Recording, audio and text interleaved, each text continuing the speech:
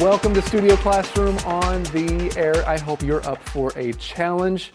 My name is Gabe, and today is a great day to learn something new. So let's do that together. My name is Andrea. Thanks for joining us again. And yesterday we began this story about Linda's experience, biking all the way to the top of Wuling Mountain. Now, this was rising to the challenge for sure. It's really important to make sure you have a couple of things in mind when you're going to do something like this. First of all, I think it's really important to stay hydrated. Have you ever been dehydrated, Andrea? That means you did not have enough water. Yes. I think just living in Taipei, especially during this summer when we have incredibly high temperatures and humidity, and just being outside, I have to remember to always carry my water bottle with me. I always remind my kids to keep drinking water, but sometimes you just forget. And then all of a sudden I have kind of a headache or I'm feeling a little dizzy and I realize, I need to hydrate. I don't want to become too dehydrated. What about you, Gabe? Yeah, well, this just reminds me, I know several people who have gotten dehydrated and had heat exhaustion during a race or something like that. And not even during a race. Of course, it's especially important when you're running or competing outdoors during the summer to stay hydrated. But even just going to the beach, and if you're not under an umbrella and it's super hot outside, I had a friend who had to go to the hospital that day. I was with her, and then she had heat exhaustion. Wow. Yeah, and I think it's because she hadn't stayed hydrated. She wasn't drinking plenty of water. Anyway, this is really important, and we're going to see how this idea comes up in our lesson today. Of course, we're learning with Rising to the Challenge, and right now it's time for us to open up our magazines and get started with the first reading for today.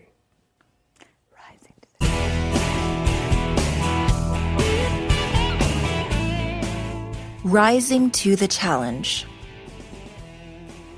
We began early in the morning as a group of 17 riders. But only 3 of us would make it to the top.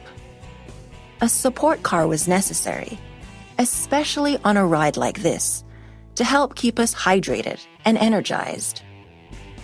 The first part of the ride went through Taroko Gorge, a magnificent national park. I've hiked there, but I've always wanted to bike it. I saw dramatic rocky outcrops, canyons, waterfalls, and forests as I zipped through the gorge and up the mountain road. Even though it was August, the weather was perfect.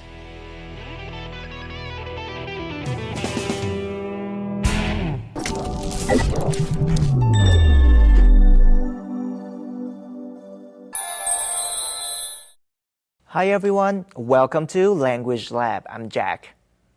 我们先来看 gorge 这个名词，意思是峡谷。譬如 The Mississippi Gorge Park is located on both sides of the Mississippi River between the cities of Minneapolis and St. Paul, Minnesota, USA. 美国明尼苏达州境内的密西西比峡谷公园位于密西西比河两岸，在明尼亚波里斯和圣保罗2个城市之间。或者是 Western China has some extremely deep gorges with very scary high bridges built across them. 中国西部有很深的峡谷，横跨在上面的桥梁高得吓人。Gorge 也可以做动词，意思是塞饱或是狼吞虎咽。后面通常接介系词 on 或是 with。譬如 If you continue to gorge yourself on cookies and chips, you will gain a lot of weight very fast. 如果你继续拼命吃饼干和薯片的话，你很快就会变胖。接着我们来看 zip 这个动词，意思是快速移动。譬如 Art said he just had to zip into the store for something, but he's been gone 30 minutes already. Art 说他得去商店买东西，很快就回来，但是他已经去了30分钟了。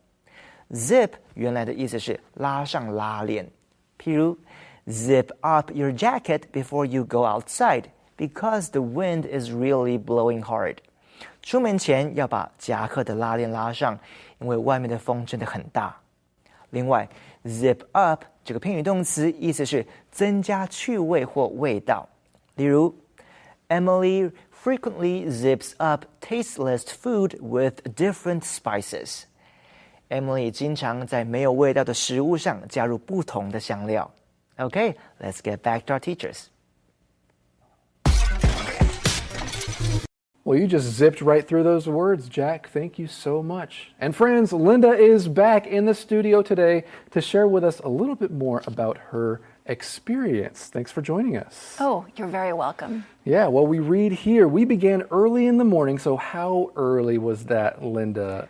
Well, we had to get up at the crack of dawn. Before the crack of dawn. I was up before the crack of dawn. Were you just excited and eager or anxious or? Yes, so I couldn't really sleep. And so I was just waiting for everyone else to get up. All right. Well, I don't like getting up at the crack of dawn, but if it comes to a race, I might, make myself do that. So there's a group of 17 riders. Only 3 of us would make it to the top. Now, that phrase to make it, that means you accomplished something or you succeeded at something. The idea is that something was at least a little bit difficult, right? Right. Like this bike challenge. It was definitely difficult. That's right. Now, we could use that phrase make it with other words. They kind of have maybe a little more nuanced meaning, like someone wants to become a famous singer. You could say she made it as a singer. She has become successful as a singer. Or you could use the word in. He made it in science class. That means he did okay. Maybe he wasn't, an awesome student, but he made it through the class. He made it in science class. But we read on here, a support car was necessary, especially on a ride like this. Now tell us about this support car. What's in the support car? Well, the support car has people in there and food and drinks.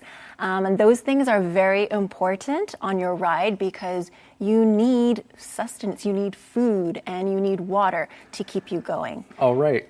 And you mentioned the words hydrate and energize in this sentence as well, because you need these things to keep you hydrated and energized. What does that word hydrate mean again? Can you review that for us? Well, it's to provide you with water so that your body has enough water to keep going. You don't want to get dehydrated. Exactly. That's the opposite. All right, so keep those words in mind, friends. Be hydrated, don't get dehydrated. Or we would say stay hydrated. Now, what about the word energize? Well, that you see the word energy or part of it in there. So being energized is to get energy, to feel like you have energy. When I went on a bike race, actually, I've only been on one bike race in my life. So when I went on my one bike race, I took Snicker bars along with me, or chocolate bars that had nuts and things like that. That helped me to stay energized. Is that a good idea? Yeah. Chocolate is great. Bananas are great. Energy bars are great for keeping your energy up. Yeah, and it's very important to keep eating as you are riding. Now, aside from water, because water hydrates you, are there other types of drinks? Or is there something like inside some drinks that can give you energy? Yes, well, we have energy drinks and they have electrolytes in them. That's the word I was thinking, electrolyte. Okay, excellent. So friends, there are different ways to make sure that you stay safe and energized on your way up Uling Mountain. We read, the first part of the ride went through Taroko Gorge, which is beautiful. It's a magnificent national park. Maybe you think of that famous waterfall not too far from the entrance of the park. I've hiked there, but I've always wanted to bike it. You said you saw dramatic rocky outcrops. Now, an outcrop is a rock formation visible on the surface, and I really love this scenery in the Taroko Gorge, just the valley there with all the rocks and the river. Yes, and this scenery is what Taroko is famous for. It's amazing. I mean, just driving through, walking through, any way you go, you'll see this magnificent scenery. All right, well, later we see that Linda conquered the Uling Peak, and we have to see how the word conquer is used today in the info cloud.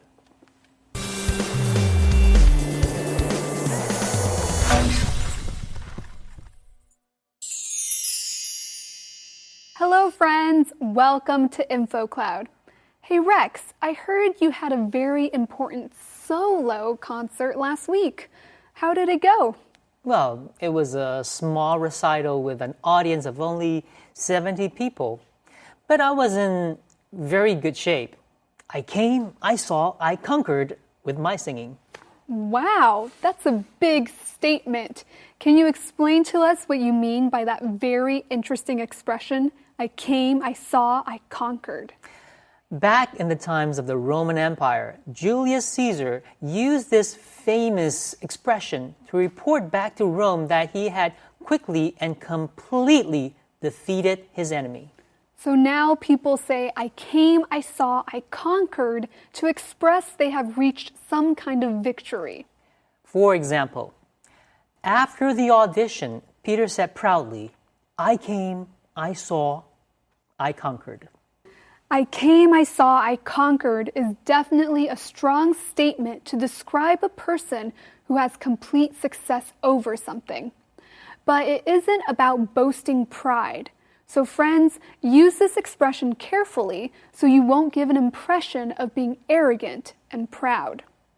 有时候，西方人也会用古人曾经说过的名言来描述他们的状态，像是今天分享的 I came, I saw, I conquered， 就是凯撒大帝在战场上取得重大胜利之后曾经说过的一句名言，字面上就是我来了，我看到了，我征服了他。用拉丁文说就是 Veni, Vidi, Vici。凯撒写给罗马的战报就是这短短的3个字，非常霸气。后来人们也用这句话来表达自己在某件事情上取得完全的胜利。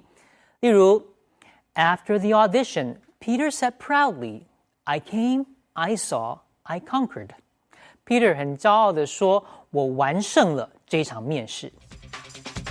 这就是今天的 InfoCloud， 我们下次云端见。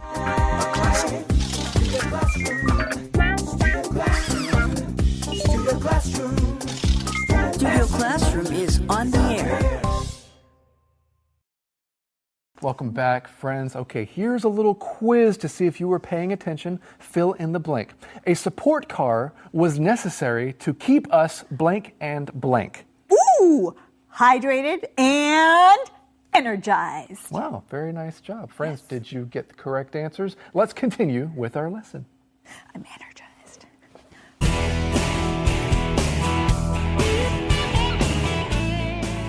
Rising to the challenge.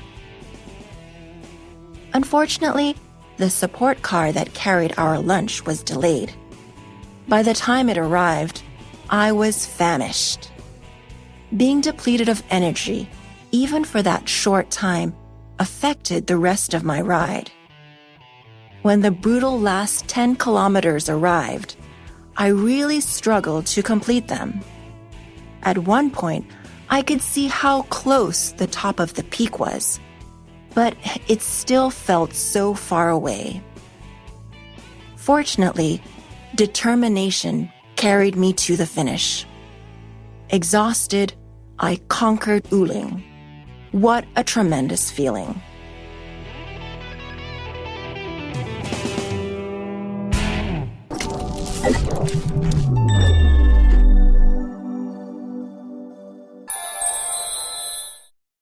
好的，再来看 famish 这个动词当形容词的用法，意思是极度饥饿、挨饿。譬如 ，The famished children ate everything that was put in front of them。这些非常饥饿的孩子把眼前的食物都吃光了。或者是 Stephen was famished after he rowed his boat across the lake。Stephen 划船横渡湖泊之后非常的饿。再举个例句。The farmers failed crops for several years in a row, almost famished them. 这些农夫连续好几年种植谷物都失败，害他们几乎快饿死了。最后来看 conquer 这个动词，意思是征服。譬如 When they conquer high mountains, hikers sometimes put their country's flag at the peak to show they've been there. 登山客在征服高山后，有时候会把自己国家的国旗留在山顶，证明他们曾经攻顶成功。或者是 Haley hasn't conquered her fear of snakes, so she doesn't like to walk in the country. Haley 还没克服对蛇的恐惧，所以她不喜欢在乡间走路。最后再来看一个例句。Genghis Khan conquered Beijing in 1214 and then established one of the world's largest empires. 成吉思汗在1214年攻占北京，建立了世界最大的帝国之一。Okay, let's get back to our teachers. Thank you, Jack. You know, earlier, Linda, you had written that the weather was perfect. In August here in Taiwan, I really think it's really hot. So how was the weather? Perfect? Was there a breeze? Yes, it actually wasn't hot, and that was surprising to me because I was expecting it to be hot since it was the summer. But it was actually really nice going up. There was a cool breeze, and yeah, it just felt nice going through Turoko Gorge. So the way our lesson is written, it's like everything is nice up until this point, but then something happens. Unfortunately, the support car that carried our lunch was delayed. Linda, I think that's a little bit ironic because the cyclists are the ones that have the bigger challenge. Exactly. Yes. So it's funny that the biggest challenge was not receiving our food on time, right? You'd think it was getting up like 3,275 meters. But yeah, unfortunately, it got delayed and we got so hungry. We were famished. So we were starving. And that created a big problem for us. Yeah, as you wrote here, okay, it arrived and you guys were famished. Like Linda said, she used the word starving. Sometimes we use that as an exaggeration, of course, to talk about just feeling really hungry. We read, being depleted of energy, even for that short time, affected the rest of my ride. That's really unfortunate. But I want to take a look at the word deplete here because this means to use up the supply or the resources of something. Right. So depleted of energy meant you just had no more energy. Exactly. And there is something that happens when you are completely depleted of energy.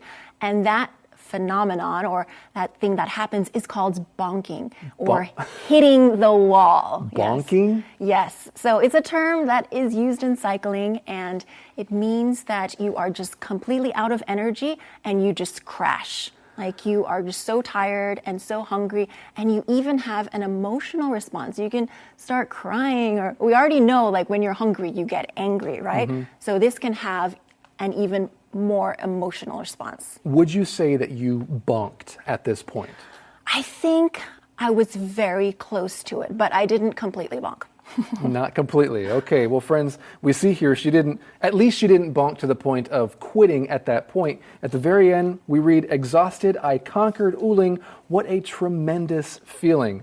Do you still have that tremendous feeling for having conquered Uling? Yes, I definitely do, because it's something, like I said, I've been wanting to do for 7 years. So I finally accomplished this goal, and it was just a great feeling. Well, Linda, thank you again so much for joining us and for bringing your experience to life for us all here. Oh, you're very welcome. Thank you for having me. Yeah, this has been great. Well, friends, it is Saturday, so that means it's time for The Stranger. Now, last time, Sherry has been kidnapped, okay? Will Chris and Jason find a way to rescue her? Let's find out right now.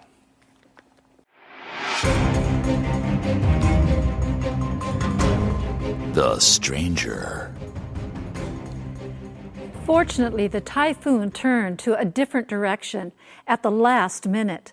The wind calmed down. Sherry felt exhausted but remained calm.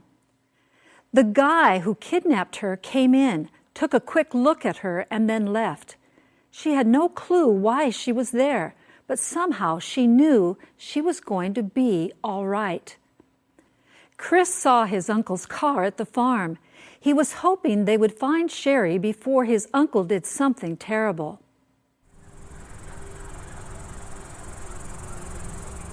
What do you mean you didn't call the police? I've been a little busy, okay? And besides, I wanted to make sure that my uncle's car was here before I called them. Well, there's the car. Call them now. All right. I'm calling. Uh-oh. Where's my phone? What's wrong? Oh, no. I must have dropped it somewhere on our way here. You can use mine. Uh-oh. Oh no. Please don't tell me your phone's battery's dead. Well, I didn't know I would need a fully charged battery for a rescue mission today. What do we do now? Well, thankfully I texted the address to the farm to Jenny before I lost my phone. Well, hopefully she convinced the police to come before it's too late. Well, police or no police, we just do what we can. After all, it's my family's fault that Sherry is in this mess. I'm going to do everything I can to make it right. You're right.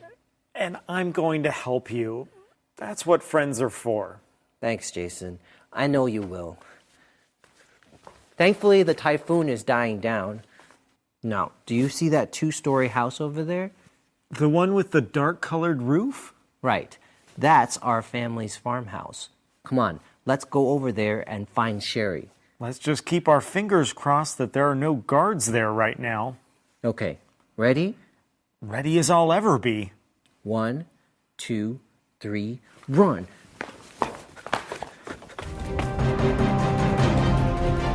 To be continued. Well, I guess you're going to have to come back next time for another episode of The Stranger, friends. But we've been learning about rising to the challenge, and especially Linda's experience getting to the top of that mountain. There are, in fact, several mountain idioms or phrases in English that are fun to know.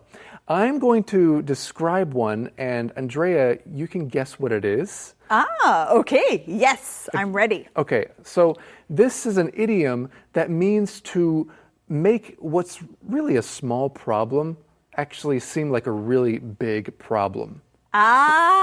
Gabe, I know this one. Yeah. Okay, so something that is small is a molehill, and that word's in this idiom.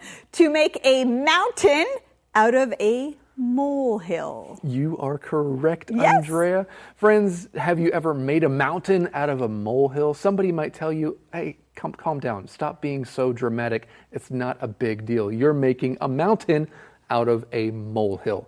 Very nice job. Okay, I got one for you, Gabe. Okay, good. Are you ready for this challenge? Will you rise to the challenge? I have risen. Here I am. Yes, tell me.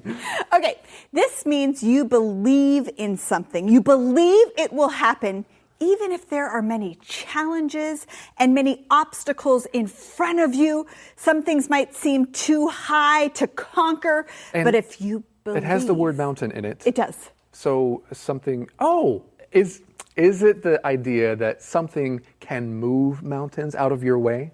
Yes, what is it? What is that thing, friends? Faith can move mountains? Absolutely, Gabe, you got it. Faith can move mountains. When you believe in something, it can happen. Friends, now you know 2 new phrases to make a mountain out of a molehill, and faith can move mountains. Can you think of any more? Talk about that in English. We'll see you next time for another lesson right here on Studio Classroom.